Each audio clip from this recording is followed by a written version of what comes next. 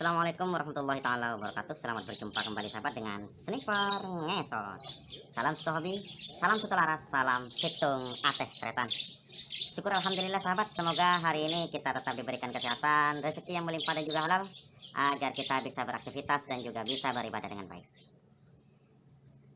Sebagai pemilik senapan sahabat, tentu saja kita harus pintar-pintar merawat unit kita agar tidak mudah rusak sahabat. Bukan harus menunggu rusaknya baru kita merawat sahabat, tapi minimal ada jangka waktu tertentu, penggunaan tertentu yang mana senapan itu harus kita rawat agar menjaga keawetan semua komponen dan juga akurasi pada unit kita itu sahabat. Pada kesempatan kali ini sahabat, saya ingin menunjukkan perawatan sederhana untuk uklik sahabat. Tapi aslinya sahabat tidak hanya uklik ya, semua jenis senapan angin yang sering kita gunakan tentu saja butuh perawatan agar menjaga semua komponennya itu berfungsi dengan baik dan juga tidak mudah rusak sahabat. Baik, uklik saya sahabat ini yang sering saya gunakan sahabat.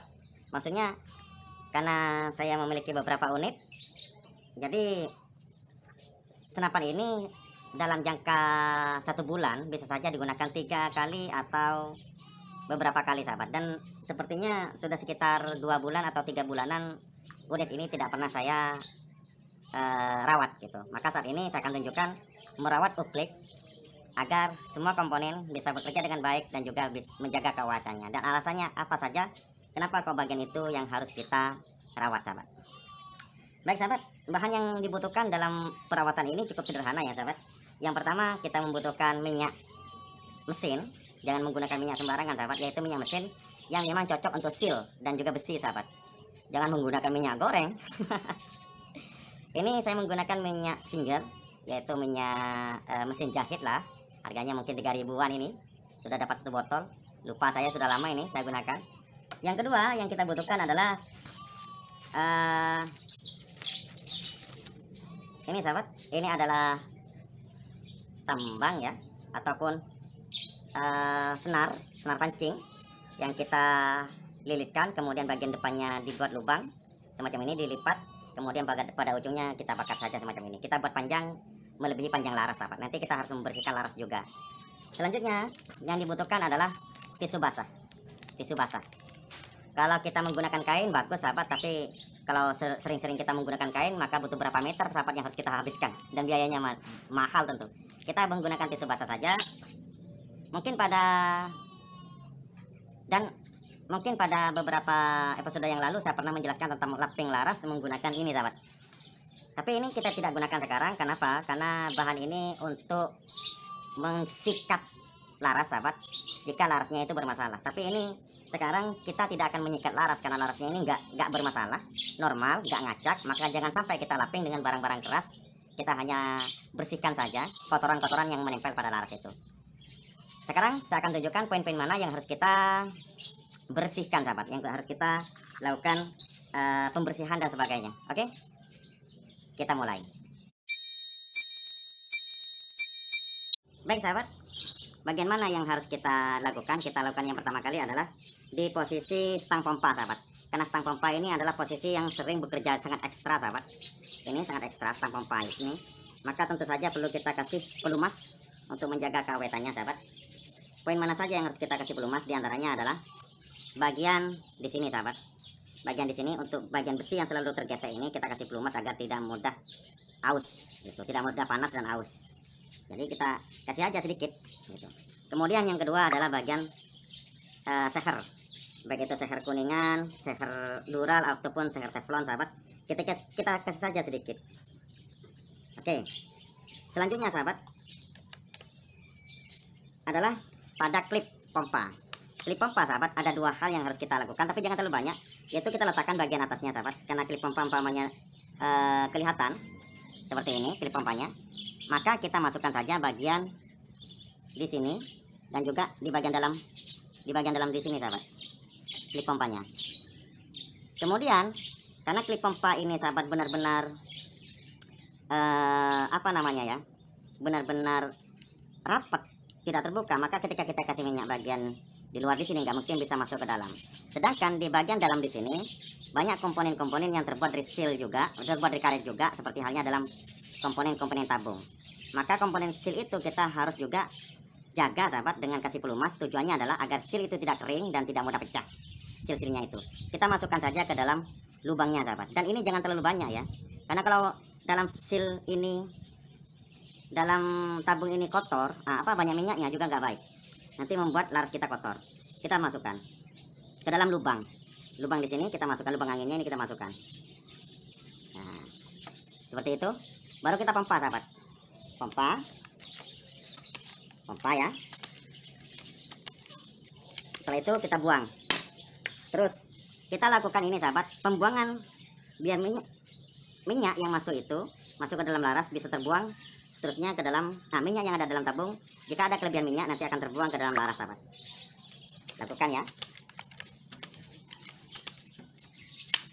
Kita buang minimal 3 kali lah. 4 pompa cukup sahabat. 4 pompa. Oke, 4 atau 3 pompa sahabat cukup. Sudah. Setelah itu sahabat, tentu saja minyak itu ada di dalam laras sekarang.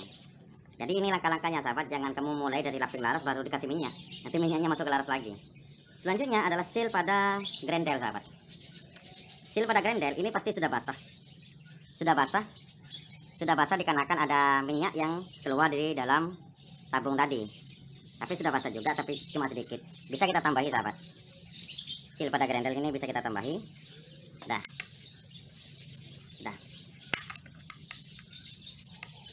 Selanjutnya maka kita laping. Oke, laping ini sahabat hanya untuk sekedar membersihkan, bukan menyikat laras, bukan. Jadi sahabat bedakan ya, laping laras untuk perawatan rutin dan laping laras untuk perbaikan, beda ya, bedakan. Kita lanjut ke laping laras yuk. Untuk proses laping laras sahabat, maka tentu saja peredam kita harus buka dulu untuk mempermudah sahabat. Karena peredamnya ini peredam slope.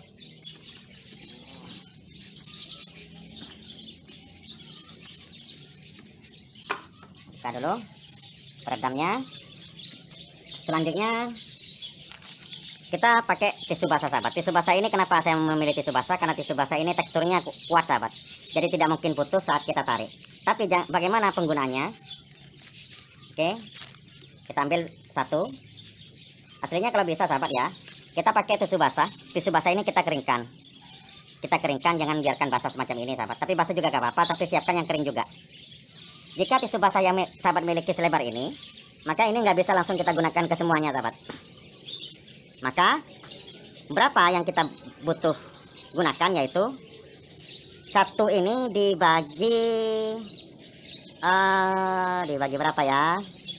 Dibagi 8. Caranya pembagian 8-nya seperti apa?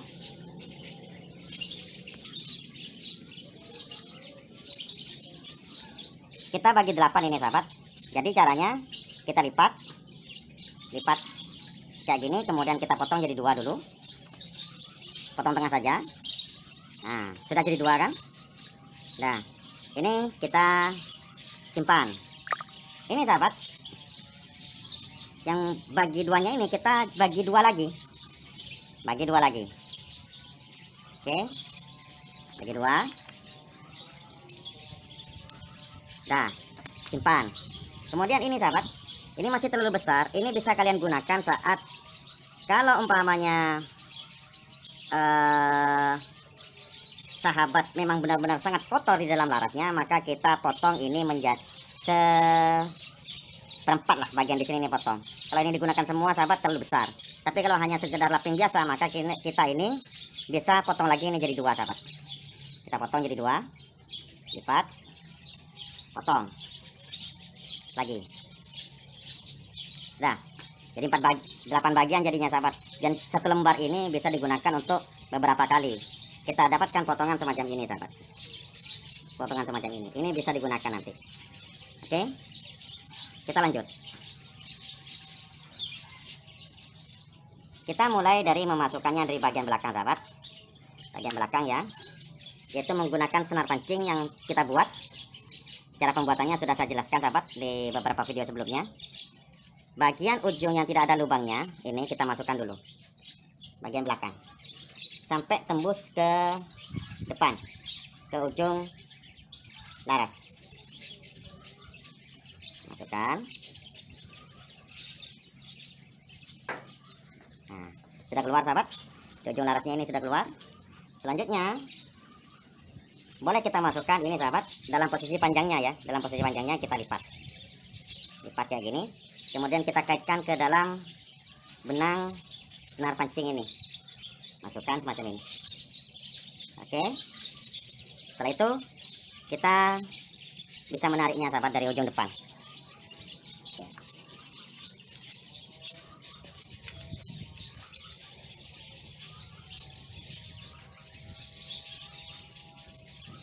Bisa diperhatikan sahabat, sangat-sangat kotor, sangat-sangat kotor.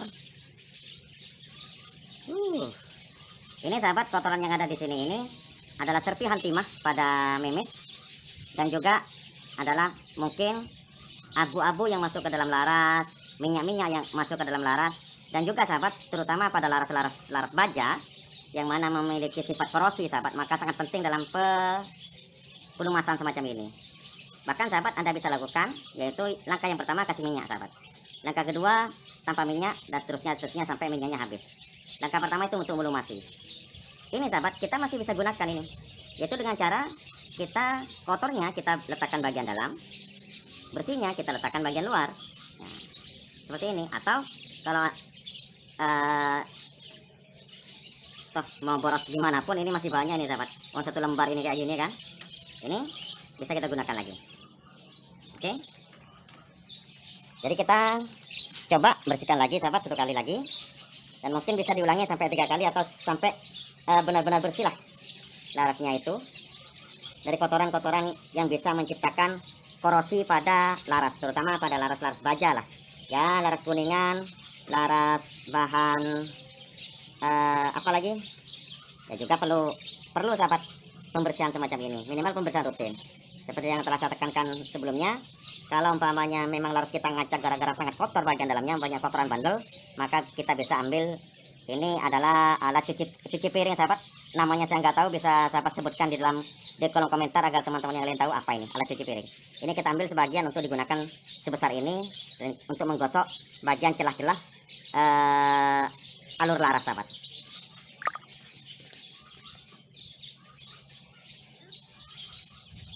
Wah, masih kotor sahabat, lihat kotor masih, kita buang. Kita coba ke yang ketiga, kita menggunakan yang bersih.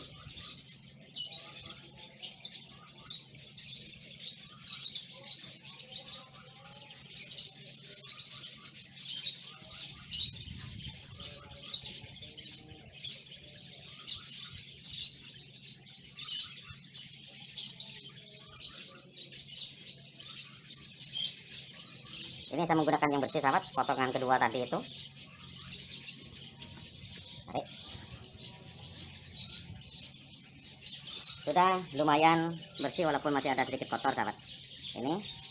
Jadi saya tekankan ulang sahabat ya, biar tidak salah cara lapping laras. Kalau cuma lapping laras untuk perawatan harian, laras sahabat itu tidak ngacak, masih akurasinya mantap, maka kita tidak perlu mengkasarinya dengan barang-barang kasar semacam ini sahabat.